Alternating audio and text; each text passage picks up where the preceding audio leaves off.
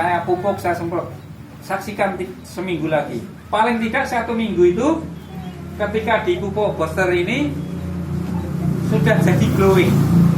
Jadi tanaman ini di pupuk ini sudah jadi glowing itu sebenarnya hanya membutuhkan waktu 5 hari sampai 1 minggu. Glowing cara wong wedokno ayu, wah menter-menter kae.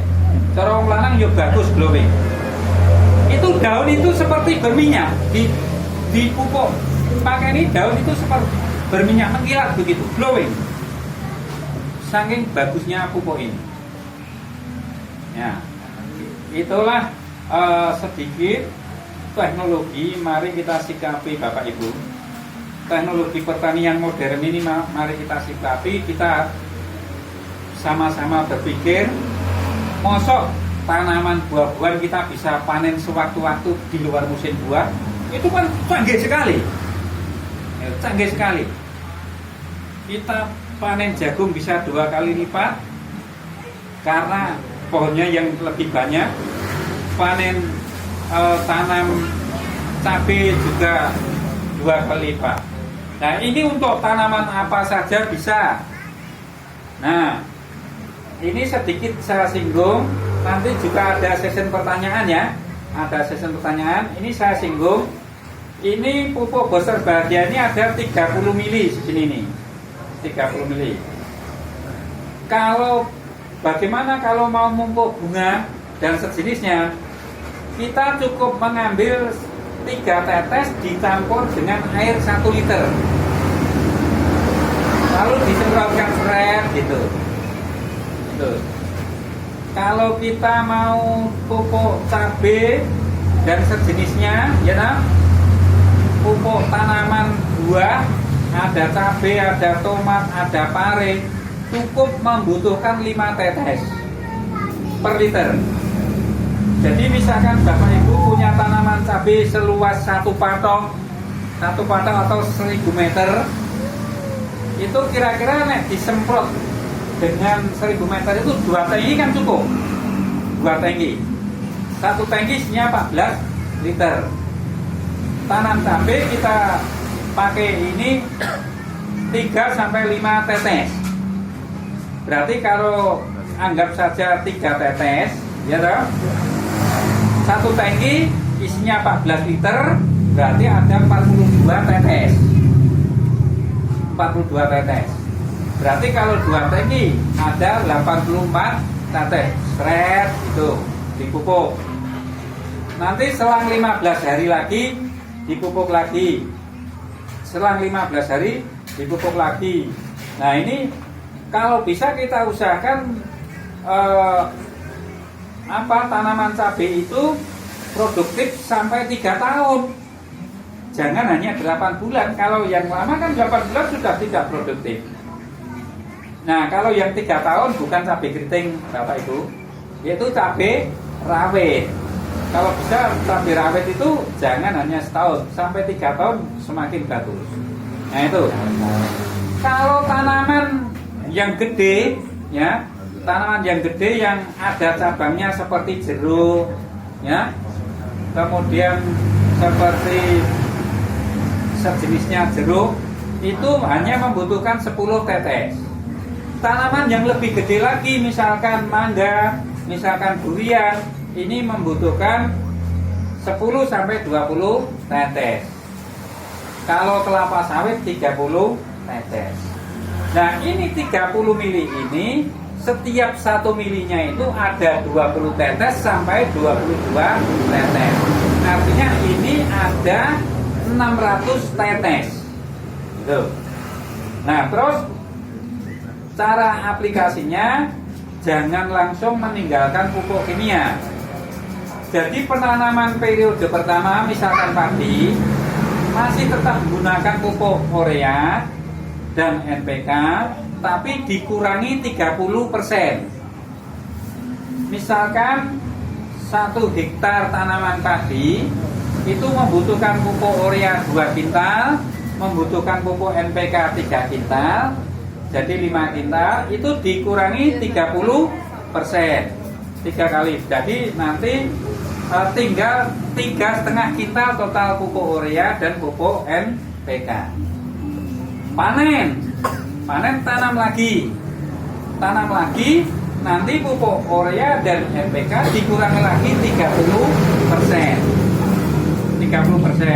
periode kedua, sampai nanti menghilangkan pupuk kimia. Dasarnya sekarang sudah pada mumet, cari pupuk urea sulitnya enggak karuan ya. Jadi justru penggantinya ini. Tetapi jangan sampai meninggalkan pupuk organik. Jadi tetap pupuk kandang. Jangan salah pengertian. Pupuk kandang dan pupuk organik itu sebenarnya sama. Kalau pupuk kandang itu kalau masih basah itu bahaya sekali untuk tanam, karena pupuk kandang yang masih basah itu masih banyak mengandung jamur. Ketika tanam kadang-kadang itu tanaman itu kena penyakit karena disebabkan karena pupuk kandang yang masih basah. Jadi pupuk kandang itu ketika mau diterapkan di tanaman, itu pupuk kandang itu harus kering. Dan jangan sekali-sekali menaruh pupuk kandang itu di tempat terbuka. Kepanasan kehujanan, rusak. Pupuk kandang yang seperti itu, unsur hara, vitamin yang ada di pupuk kandang itu hilang. Jadi yang benar cara menaruh pupuk kandang itu di dalam rumah atau yang tertutup dari sinar matahari dan air hujan. Dan pupuk kandang itu harus kering. Nah, itu nanti jangan meninggalkan pupuk kandang yang sudah kering. Kalau belum punya pupuk kandang yang kering, yaitu diganti dengan apa? Diganti dengan pupuk organik. Jadi kombinasi antara pupuk booster bahagia dengan pupuk organik. Bapak Ibu tahu kenapa? Kelebihannya apa pupuk kandang atau pupuk organik? Kelebihannya ketika kita menggunakan pupuk urea itu air hujan turun, air langsung mengalir, tidak ke dalam. Karena apa? Padat, tidak ada lubang-lubang, tidak ada pori-porinya.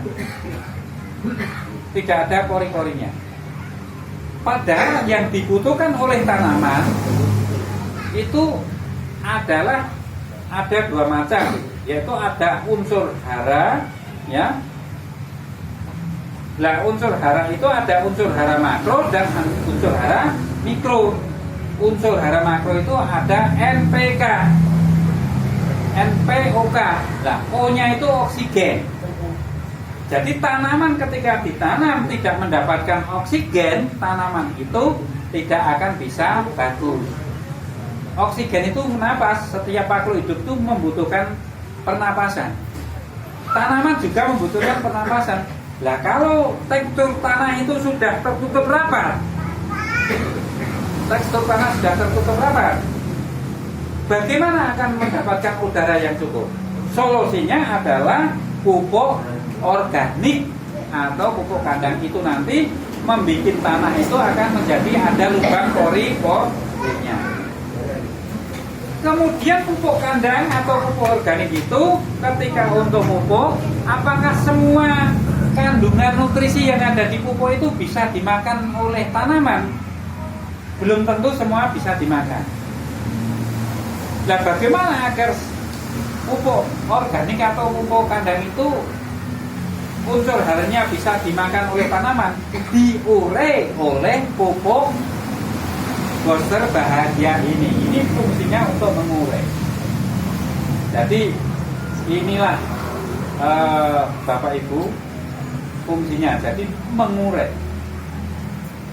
Jadi ini nanti pemupukan bisa di daun. Nah, pemupukannya di daun, di batang, di tanah. Begitu. Nah, nanti Bapak Ibu kalau tidak percaya, besok pagi kita akan mendemokan langsung di tanahnya Bapak atau Ibu. Jadi ini ada tanah A, tanah B. Tanah A, tanah B ini sama ya. Ini nanti tanahnya kita semprot pakai pupuk booster bahagia. Tanah B tidak. Nanti sehari kemudian yang ini tuh sudah gembur, yang ini tetap masih padat. Kita bisa langsung buktikan langsung, ya. Itu antara lain. Jadi seperti itu. Dan selain itu Bapak Ibu, di dalam pertanian modern itu juga ada ukuran pH tanah. pH yang bagus untuk tanaman itu berapa loh? Nah, pH yang bagus untuk tanaman itu yang pH-nya 6 ke atas, 6 sampai 10 lah pH-nya. Nah, setelah tanah itu diberi pupuk booster yang semula mungkin pH-nya yang 3, setelah dikasih pupuk booster ini, selang 3 hari boleh dites, boleh didemokan lagi pH-nya berapa. Nanti setelah selang 3 hari ini pH tanah itu sudah di atas 6. Bagus sekali ini. Ini adalah canggih, benar-benar canggih. Nah, itu kurang lebihnya dari saya terkait pupuk. Karena ini masih hujan ya. Ini nanti sampai pagi nggak apa-apa, nanti saya akan mengkupas tuntas yaitu tentang obat untuk mengatasi stroke. Yang stroke itu hanya dalam waktu 19 hari sudah, yang tidak bisa jalan langsung bisa jalan. Undang ada 3 orang. Nanti juga akan mengatasi akan mentuntas kumpas ya masalah kecantikan. Ada lagi Mbak, atau produk kecantikan di sini. Ini enggak saru ya, ini namanya bina rapat. Jadi ibu-ibu yang sudah tidak perawan lagi, bagaimana supaya jadi kaya perawan? Jadi nambah-nambah gitu. Nah gitu Mbak. Itu antara lain. Saya kira demikian sesi pertama, nanti bisa ada pertanyaan. Oke? Ya? Ya. Nanti kita